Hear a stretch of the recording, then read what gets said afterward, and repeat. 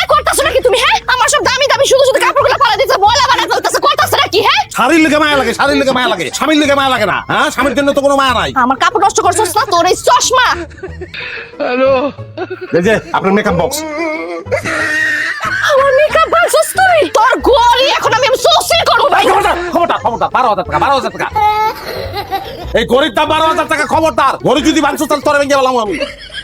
আমি তোর গরি এখন বাবু, তুই কি করবি? তুই কি আমার ওই ফেস ওয়াশ ফেলবি? ফেল, ওটা 200 টাকা দামের ফেললে আমার কোনো সমস্যা নাই। ইয়ার ফেস ওয়াশ তোরে ধরে নিয়া তোরে ওয়াশ করে ছাড়ে উচিত দাও আমারে। তুই সকালবেলা স্ত্রী করস সাইকেল লেগে সার স্ত্রী করলে তোর এই সব কিছু আমার করণ লাগতো না। তোর ঝাড় আমি কিস্তি করবো, তোর যদি কিস্তি করতে তুই লোনের কাছে পড়, আমার কাছে ওই লোন দিতে যদি আমি আমার জামা কাপড় পাঠাই তাহলে তোর বিয়ে করতে কিনি তাহলে তো তোর আমার দরকার নেই, যা বাবা যা। আমাদের আপনার বলে কি কয়, আমার বলে ওয়াশ করবা মা। আমার কি করবো? তোর কোনো কাজে লাগে? কোনো কামে তুই লাগস না, তোর কোনো দরকার নাই। এই যা, তোর বিদায় দিলাম। এই নিজেরই নিজেরা ঝগড়া করতে লজ্জা লাগে না তোকে? ওটা নারীর ব্যাপার, লজ্জা নারীর ভূষণ, পুরুষের এরকম কোনো কাহিনী নেই। আমি গেলে গেলে লজ্জা পাবো।